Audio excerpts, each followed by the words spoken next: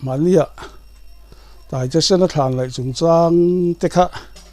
sấy từ khăn bi tê khăn rồn cổ mà cần phía tầng hàng tê chú cái hàn sấy tổ à hey ở đây là mình hàn cổ lệ đó nó có tê có sản sinh bi tê bộ cái sấy từ đã tê con ngay á hey có tê khua hey cần vàn lấy khốp mày à mà cần son đàn tê cần vàn lấy đàn tê nãy kia là thằng thar zel tê na kan soi to anga khoper mai mai kan putena lalle lalin kar a khuwa an ron din chu ti anga khoper anga ron ama ro chu voinia te khopui pol tak mai kan tlang du nga ta chon nia ma kan ron son chho dan te han soi te cha kom khop mai chung ta chu voinia a ro chon soi tum don tai la thain kan hria hey khoi ya một te mun rang rang với này cái com đó te mình lâu ngay khai in kan ringa mình lâu ngay khai tu te na ril ruwa anh ngày tu chun zom tu tối te bul chana tu ra tan han soi masak ka duwa mania mi panau pang kum thum mi lek te hi api in thuin chang soi tira chu ta mi hring siam dan an soya chuan zo da takha ka hrechi talo pathian in mi hring he eng angin nge a siam an ti ni ta in ka hria ta chuan mi hring a siam dan chu no pang te chuan a soi ta taksa ril ru tharau ati ni mi hring a hian taksa uma tharau ril ru kan nei ani chu chuan ka ngai tu da ti thui khopa mi hringa hian pathian rem ruat na le pathian ina min siam dan he fam kim le in ka ria chu ta chuan chu thil pathum taksa ril ru tharau tiang deuh chuan mi hringa hian khongai na kan han ti te mangai na kan han ti te tlom ngai na kan han ti te heng te hi mi hringa betlat ani hey hero pui ka ti ka ngai tu na alu pha na sakhop maya chu ta chuan he tiang zong hian soita ila thain kan ring dewa lo ngai tu azui ve atan khan kan du dewa khongai na kan han ti hi zia taka chuan khongai na ringot thi apui tling theilawa entinan tu emo khongai thak deu mai sil le fen po nei lo ril tram ei tur po nei lo ni ti hria reng kha kan va muta kan khongai maya kan khongai le chuan khongai hle mai amaro chu ei tur mo sil fen mo kan va pe chuang lo kan khongai ani ringot mai ani khongai na ringot chuan thil kha awati hei vak lo te poinan hriata mangai na ngalo le chu mi hringa chu kan va mangai ma kan khongai kan mangai tela chuan mangai na po chuan engma ka khongai ka mangai ni po vati la ai tu le sil le fen te kan pek chuan si lo chuan atan lukhong pakhat ma kha ala chuang lo ani chuan ato ber kan soi du chu khongai na le mangai na lo lan chuana lo par chuana chu tlom ngai na ani ta ani chuan kan mangai na kan khongai na le kan tlom ngai na kal kop chuan khreom po poisa loina ei tur te kan lak sak peita ei tur te sil le fen tur te khreom tak nuaya po kan vala peita ani chu khongai na mangai na tlom ngai na pathumain fin khomina a hrin chu mi re thei tak chu kan khongaya kan mangaya alaka tlom kan ngaya ei tur in tur sil le fen te kan han peta chu aron puitin na ani ta ani chu wang chuan kan lo ngai tu azui ta na kan du chu khongai na ringot thian zia lova mangai ti ringot po hian zia lova ta na in pek na kan in pek na tlom ngai na kan han ti voina mi zo nun je mo ber mai hi atom na tan kha kan va tho chu pui lo chuan chung zong chuan khoi na le mangai na hian ra tak a chu thei lo ani ti kha ka ril ruwa oma chu in lo ngai tu a zui ve tan thu ma angin kan soi du a le bin ron kom na zone lama kha han soi don tai la ka ma lia ta te sen than le chung chang kan soi to khang han soi kim lo po tam tak kan nei hun te a chep thina wangin du angin kim chang tak poi na soi hlei thei lo na chen oma hei man nia kanin kom na zona komen na te kan enin nia soi om tak soi lo te po kha kan lo nei treu mai ani ti te kan mu chuwa ka tại thế sen là thế hậu khá ăn mùa ăn thi với kém ảnh hunin nghe ăn thi tại thế sen là nghe bộ khu ba se tiền nhá ảnh thì khu nghe thì khu ba se ngót khá thì ngót đô nam mi thì tên gì ta nhá cái bộ cái chiang lâu khop mấy tu khang nghe thì mà sát bera tu nghe thì nung ber thì mà sát ber khá se trăng ảnh tiang nghe thì bộ cái chuang big lova thiên hùng ber tu nghe anh hunan nghe chol kar nghe adama tha nghe adam po ka chuang lo ani khala ka chu min sil tu ten an thi hun an dam se atanga an dam kha eng ma soi lem lo wa chu wang chuan e kha chu ke pon ka hrebi lo ni ti kha kan soi du ne soi dan rang te hi oma kan don na kan thu don na te soi da na piang kha kan soi le chon dan tu chu mai renga chu wang chuan soi mai tam tak kan nei kha soi le tu chuan hun te du do na ma ro tu kin voin lia ro hi chuan thil dang de ulek han soi kha thain kan hria kha man lia kan han soi de unial nual to korte thoveng din na ni chaudan te voini thleng maya korte koina ma kan son dan te tam tak chuan ma te hi kan va son lo ve te po kan tia adik na chen ma se ma kan son zia lam hi voini a chuan soi kha ka chak de uria wa korte khom ma son dan te chung ta chu han soi le te kan du an din tira tanga an ron kal dan le khote tak te an ni chaudan tanga voin li thleng kha kan theiang ang soi tu te ka han tum don ani phot mai na bul tran na tur tan chuan hei nge kan soi ang khat korte khuwa hi sang ka chakwa som ni le pakwa din ani chu ta chuan an din dan tur la ya po hi eng wanga din nge ani ti korte kholo din lo tro chuwa na chan hi mani te pokhang thoi tham chuang han soi ni lul to khan kan hria chulaya chuan han soi le ta ila ne kan pu te pasal tha tu naya an kom thin ram wachal kan tiang te hian ni khang lai ei zon te har sai pe ma tangka mu na tur te om lova ram te an wa ka sai ngo te le samakki te khatia ang te kha vai ne na khalin an sum mu na kha ani mai ni ti thu te po kha kan han soi to chulaya chuan ni an lalpa khan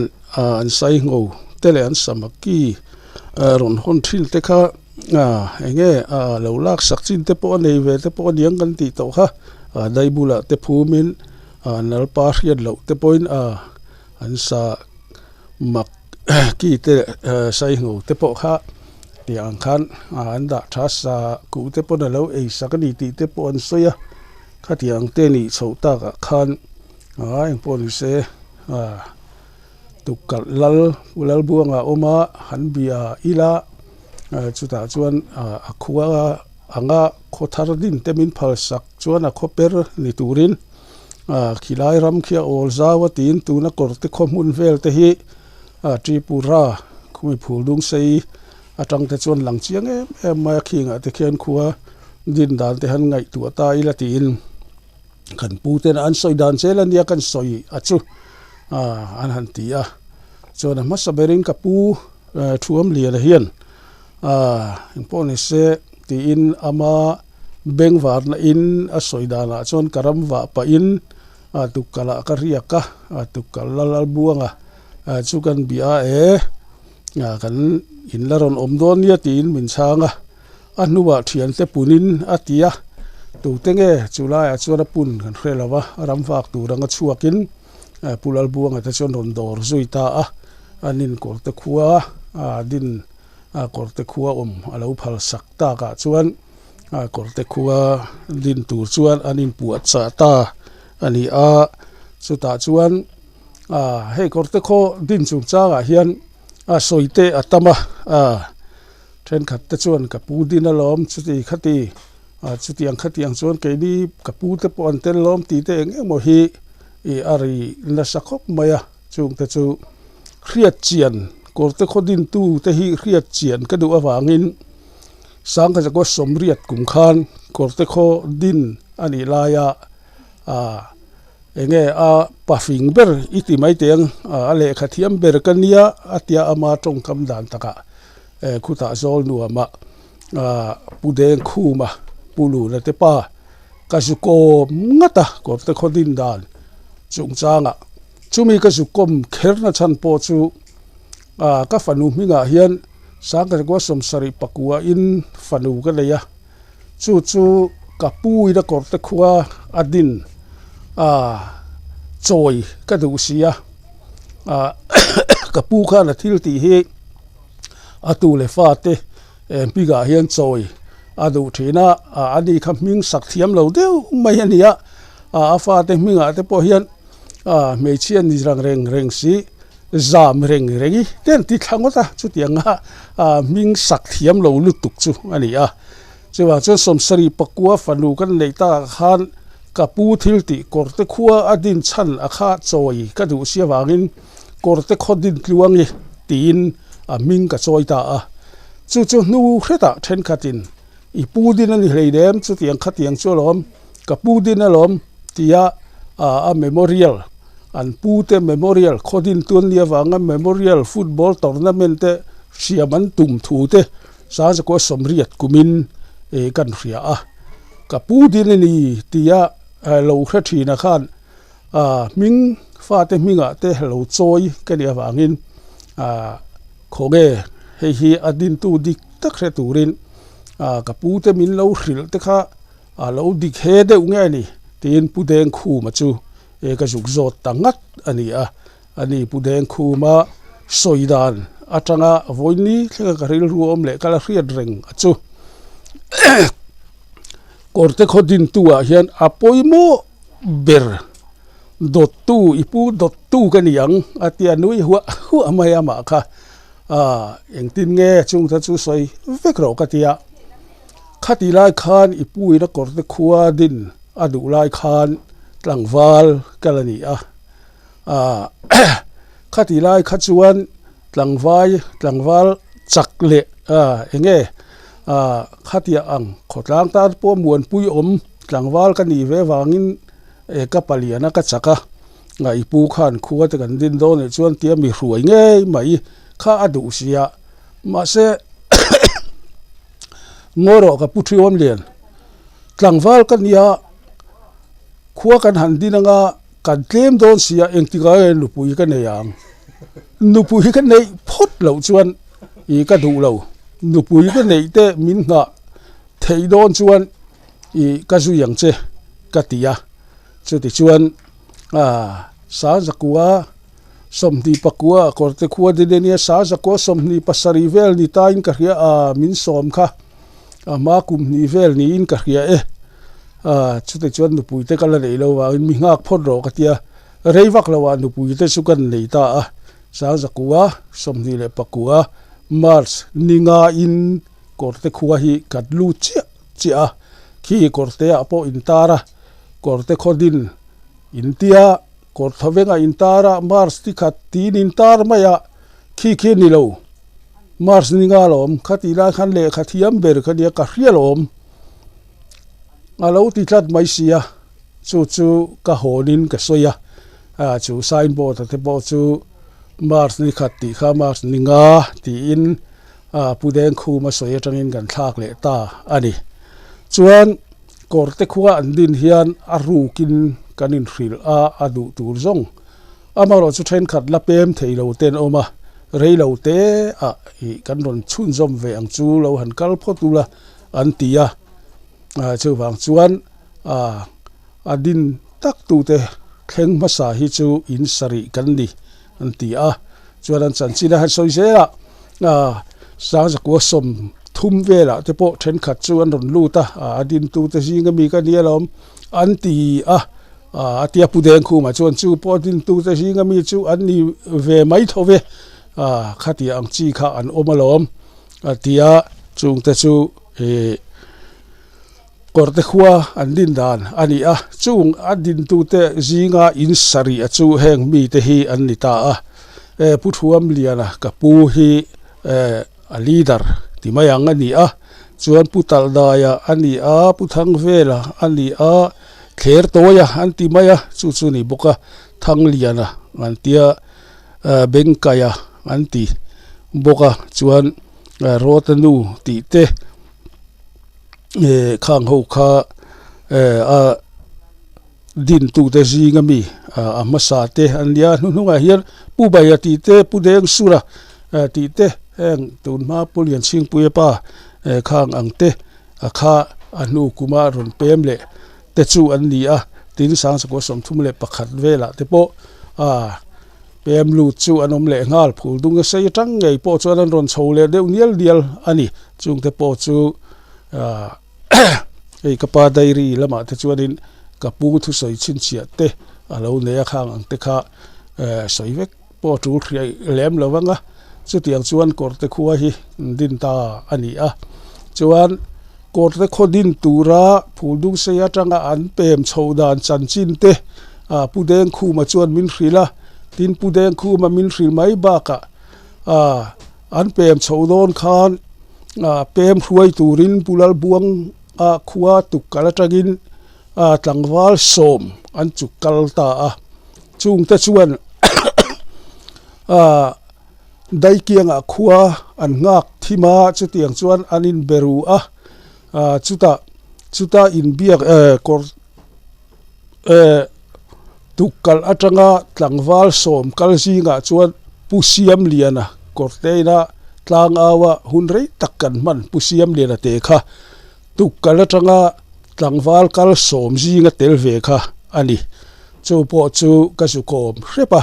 chu mi thu soi po chu ka ngai kha chu pudeng khu ma soi nen hian ain ang renga chuan pudeng khu ma chuan an ron kal da nan soya zana khan khua lo thim ta mo tia kanin beru zela mi mudre deu kan nga ka chu ta chuan hu ho chuwa khum hum lovin in ta tol dewin dai kianga kanin ngak zela chu tiang chuan mi ten min hria ang ti hawin kan chuak pheu kan chuak kim ta nu chuan kan ron kal ta chuan phudung sei dai kianga train kan chu kha tuna sai lut ti khu an zo tha sai lut kan zo thangar ngara chuan dil lui kan ron zo chho le chuan dil lui atangin zo chho lui toy te kan ron zo tia chuan zo chho lui an ti te po chu pem tura anin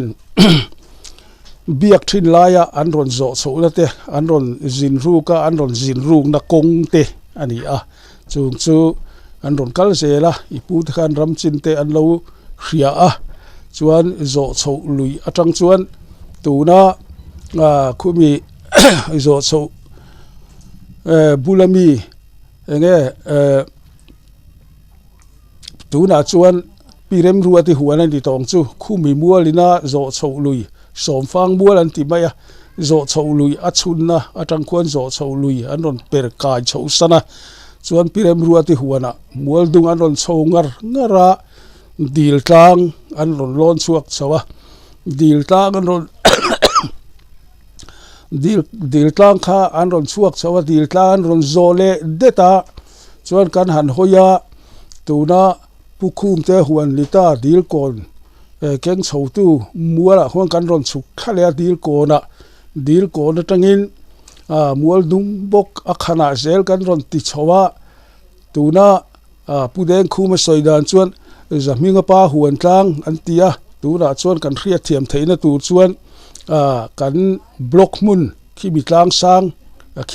khi ta tak mai khian an ron lon chuak chawa chu ta tangin amar hoi zongin an ron kala tuna khumi chimwenga pieng kimite in bulkon puchal hira in mun kon kan tibaya ta khuan an ron in ngatta chu ta chuan bok te changel buk te kan sa chu ta chuan bul kan ron tan ma sabera atia pudeng khu ma chuan chu te chuan ibu khan tui choya ngai bok sia wang khan tlangwal tlom ngai eng pon se hei no pang noi te oma tui choi hi ma sak ngai tlangwal tlom ngai in tui juk choi ro ti chu ta chuan pusiam lian te po khan tui juk choi chuan katel atia chu ta chuan ipu min hrel dan chuan tian hei chuaram kor hi in zo thanga tia tuna tui khuwa tui khur kor khu in zo tha engemaw chen zong an juk zo ni ngai turani chu ta chuan an ron hole ati udeng khu ma chuan an ron hole tui kan mu zo lo wan ron tia ipu chuan in la zukal thang lo ani chu zukal thang de ula abung china phul ro mun lo oma chu phul ro mun chuan tui thadewin tui to lom chu ta chuan phul ruat chu tui choina nin ron manga langa ati an zukal le ni ti an zukal le phul ro umin tui chu tikhan ron pu ho ta thlu ati chu khulaya tui an zuk choina ani keima hian ani le in soi ka khriat thin dan an soi ka khriat thin dan khan tuna kan feel huna te khian tui te po triap truape te kha an tia chung te chu nai jok lo mi kan tia kor thoveng tar ani chu chu mo ome triap truapa sai bual te po oma ma se tui in turamo choi tla kan lo ai chemun ania sai te in bual na tui te chu triap truap ma se choi han choi tu tlak chu lo ni atia chung te chu kor te khua an dina an ron kalnia an ron ti an khosak dan te ni chuan an thlen ni tak chu pudeng khu ma chuan mars ninga ni khulai muna kan hain nga chu atia chu achiangin ka ringa ani thil ria ania voini tleng point kanupa te ho hi chuan pudeng khu ma chin chiana antia heng te hi voini thleng powa la thleng dik hi thil eng mo hi ani ka kha kor te khuwa an ron din chho dan chu ani voini kan soidu tak zo ka chu kor te khuwa ina ma kan han son dan tla puya kha le kan van le ji hi soi ka du nia min kor te khuwa kor te thoveng han ti min puchan tak hi chu ka zo hian an hrelo ni pudeng khu ma kha zo na chang ka lo hrelawa an soi ka hrian dan rang oma khulai kho thoveng maya chu tiang kha tiang chong kor te thoveng ni ro se an ti ta ti te tun ma in then khat soi da la chuan enge tlang sam ten ti maya chung ho chon chol na muna te an mang thina thoveng ma khoilai tang ber khan nge kor te thoveng tia pinga puthi ka zo te hian hringai lo eng an ron zin ruk lai po ale an ron ramwa pon chol na mun thin ania eng kor te thoveng hetia kan ta ga chon kor te thoveng ming hi ipu mai ngu an ti na chan lai tak hi chu ke po hian ka khrebi tat lo kan zo hian chumi atang chuan kor te thoveng hi tiang han tia chu chuan a rota chu tiang kha tiang chuan kor te thoveng ming hi apu ta mai lom le ti ang chu ke po hian ka khrebi haulo ani kha chu ka soi fia thiam to big lo engemaw atangin ama fe tanga chu tlang sam te lo chol thin na le ramwak te pon lo chol thin na mun helai chu thoveng mangai kor te thoveng ani himale te pon han tianga chu khatian halum ta ga khan khatia kor te thoveng an tia kha minga an pu chho ta chu pa chu la rota chumi chuta chun kan putamai lom le hanti lai tur ang khachu tu soi ma hi ka re big lo ani tin khoming putchan lama khachu chu tiang chu ka rian da na ni ve maya a khoilai takatanga lo piang nge kha ka hebi lova le ha soeng khan korte khuwa hi kachu ta kan pu te khodin te lo ni na zona korte khuwa chanchin hi ka zot thina ba ka hei kapa hi dairi nei ani dairi he dei thakop maya sa ko somli le enga motang khan dairi hi anaya tin khatira jong khote ten ni bo ka wain dairi a hianan ziak kim chang khoba thini ti te chumi thini ti te chumi le chumi chunin nei ti te le enga mo thil poi mo dang hi ti hiana ziaka ei voi ni thleng po hen kala ron per le kala bi thin ani korte kho chanchin hi ka chiangin kan ria korte khuwa hi chutianga chanchin hi ngai ven de uru reng kania wang hian kom om tak te po hi ka kom ang ringa iti mayang hei ramte an ron buai ta ram buai tirlai chanchin te po ka hria du wangin pulal ming ni na te po kha ju kom hrep to kania chung te chuna kina kan na soi tura ngai ta ila thain gan ria ne korte khoi gan van nei khum ma kan pa te na han soidan hi chuan san zakua somni pakua khuwa dinania san zakua somnga somni pakua tanga san zakua somnga inkar kum somni chung hian atir lama nge khatia pem khom te chok kha an dia an taima bule bala an tuange ema reivak lo kumli kumnga te an liam ta huwa chuan khothen om lal khuwa te poina pur chong na ta na an man khuwa te an ron ni chuan san ja ko somli le somnga inkar chhowa te phei chong kholi me em mai khuwa fiam thu du khuwa taima khuwa an ni san ja ko som ni pakua khuwa an dina tanga san ja ko somnga inkar vela hian an lo makhop mai katia hei tu laya kuwa te kan uara kuwa hi aro an lo la uar vela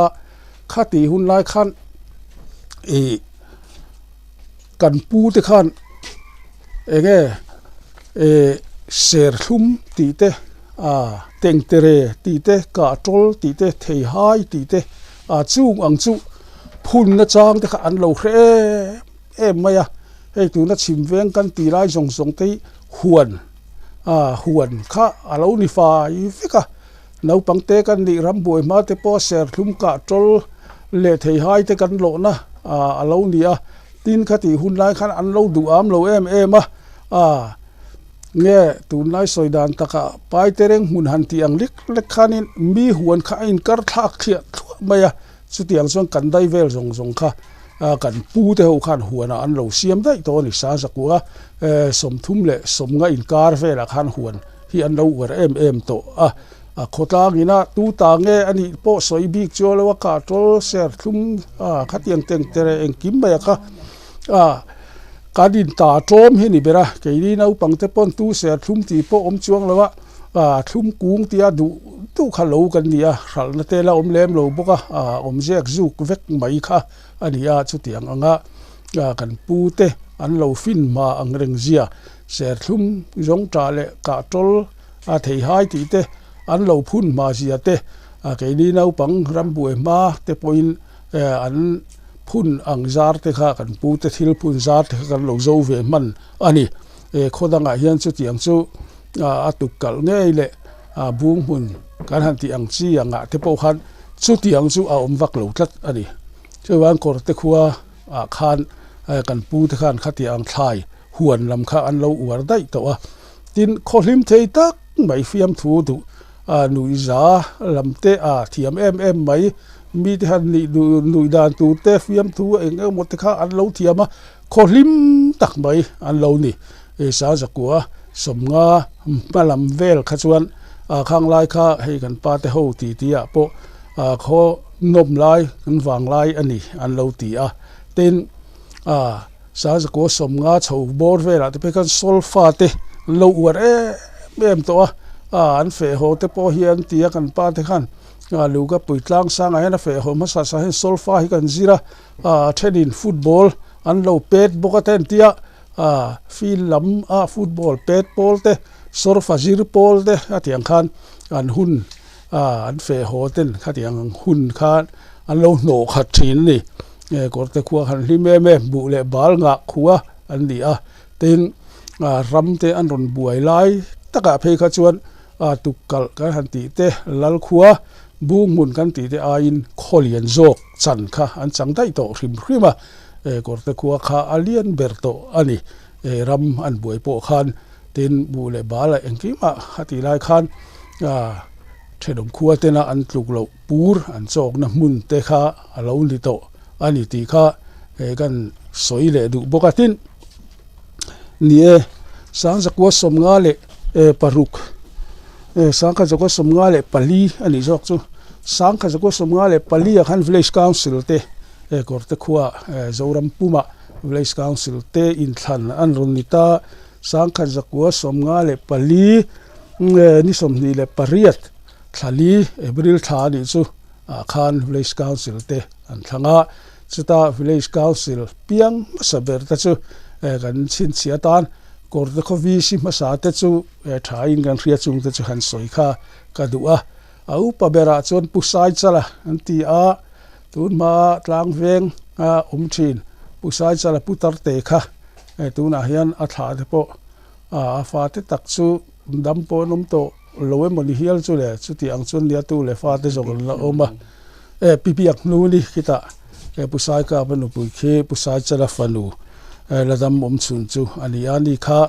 vc member thantlin masak te jinga mi upaber ani tin puro lira nia ani he tuna pusang ming lian te pa hi ani puro lira chu tin pakhat le chu puloma tia hei purin oma te pa hi puloma ania chuan pupanga tia pupanga chu tinga kan thria theng pungur mual te ti dei yang ani pungur mual kha lara pusalia te pungur mual te pa kha ani chu pali ta chu village council kan nei masak te ani chu te chuan village council khan puloma president puloma kan ti pulo lira kha president masaber ani nin soito ang khan bu le bal te nga kholim tak mai fiam thu du khuate an ni an taima khati hun la ya chuan lo nei kha alani awangin thoma te lain nge ani lom duran lime me lo zo ni khuate kholim le khoi lungrual tak mai an ni chu sang ka ko somruk le paruk ram an buai ta ram buai kha in chut ve nga em ka khelawa kan han van nei zia kha ne so yang khan henga te hera kor te khuwa hian lom thu soya parthi te po or tir tling nin ka ria ma se tam tak chuan in khe chuangin ka ring lawa ram an buaya hetilaya MNF kan hanti volunteer kan tia khan hemi bial keima ni biala hian pulal mingdian kha CO ani chu ni chira han ka soito pulal minglia po kha ramboi chung chang vela han ka zukom to ani min ril dana pheichuan nia khati hunlai khan CEO te kan ni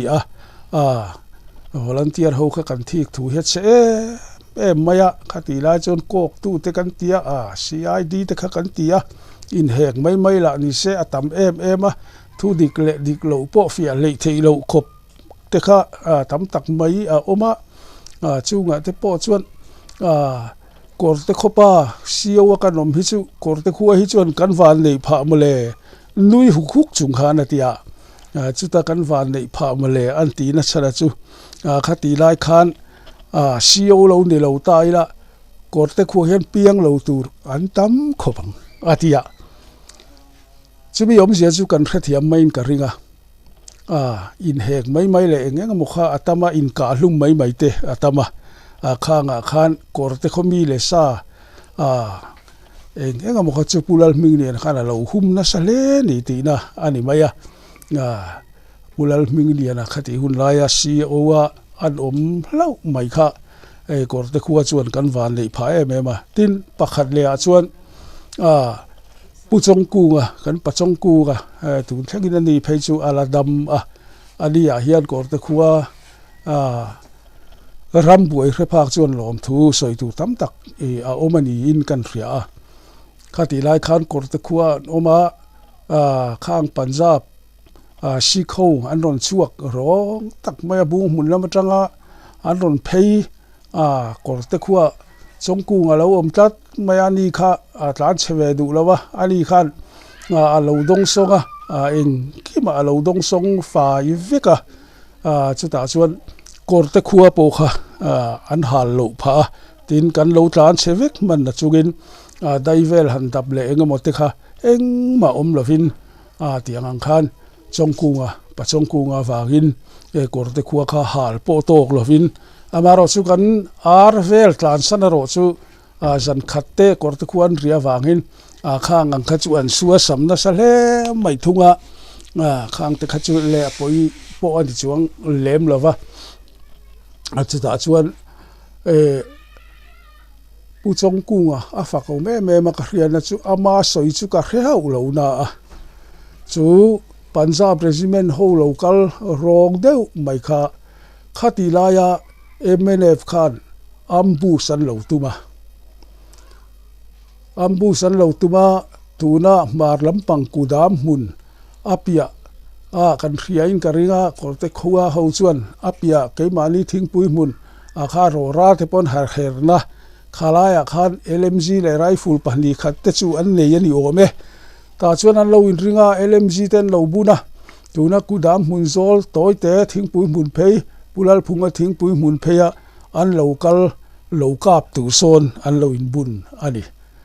chuan korte tlangwal kan u minga soi ngei po kha ka ria korte kho tlangwal kha kong hrula thingpui mun bul kong hrula ta chuan an lo bo tira an ka thuk silai la turin an lo oma kan u minga soi phei chuan an local an lokap ta lo ambusan tok lo kha awan el du ambus ka lo local ta se ambus ka lo ni ta se keima ni polte LMG khan min ka blum ve kang sik ka lum po kan ngai lawang atia chu tiang khop chuan an lom na le kong in nai kong thul mai bok kong a local kap tur kha an lo ni sia khang angte ambus ani lo na chan kha rem changa kan pachongku nga chu zo ka du chu tiang chuan ambus an tum tlat mai sia an phal lawa an pachongku nga te khan ma se ambus an tum tlat mai si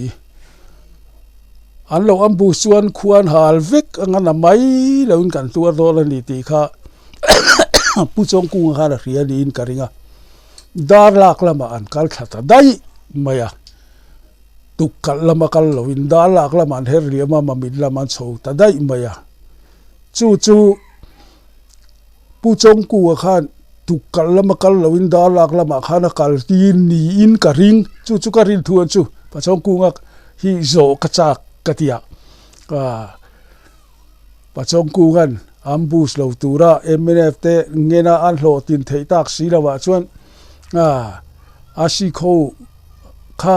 ani lo lama kaltin ni hian ka ring thata keimarin thu mai nia pachongku nga zo hi chu ka cha khop mai chu tiang chu ania korte khuwa kha kan hima tira nuwa an ron chua sipai hon ron chua le te poin ani khan khuwa nga tlata wangin khuwa hrim hian kan tuar lo sipai kut kan tuar lo em mai te kha kan van ni em chu puchongku nga wang kha ani ale lama chuan nge MNF kut po kan tuar lo ani kan usang singina soidana phei chu sipai ron om tir sa ko somruk pasari kuma sipai ron om tir te kha kan ngai zonga MNF ho han thina rim ro pui mai sia min ko ta thama ge moti khale min hawa pulal minglia la khan hei an soidan te phei chuan กันกาพลุมเวกกาลุมเวกตูนินนี่มาเสตูนทัวชวนเราง่ายจงต่อสู้ชุดเตียงขัดเตียงชุดนี้เตียผู้เล่นมึงเรียนขัดดีเราเสร็จชวนไม่ได้เพราะขันมีกาพลุมได้ยังแต่ขัดที่ไม่เดียลูกสาวชี้กี่ขันชุดเตียงขบชวนที่ถูที่ข้าอาราเชียจูกังส่งอาจจะชวนไม่ได้กุดกอดเตะข้อป้าอีน่ะเหล่าตัวเหล่าเตะนุลาเตะปนันเหล่าตัวเหล่าเตะค่ะอาวานเลยท่ากะบุลมิงเรียนเฮลายาอาศิยกวางเวกค่ะอันนี้ตีเตะเรียละข้างรำบวยเวลายากอดเตะขัวขัวหาลวันนี้ฉันเตะกอดเตะขัวน่ะสิไปกุดเตะMNF รำหน่วยมีลำกุดเตะกันตัวเหล่านั้นฉันค่ะบุลมิงเรียนเฮลายศิยวันนี้วางเตะอันนี้เจียงครบไม่จูอันนี้เนี่ยละพวกเขากอดเตะขัวนี่ฮัดลมทูสอยมอลตูกันเนี่ยนี่จอยมอยกิงอันนี้อินกระเรีย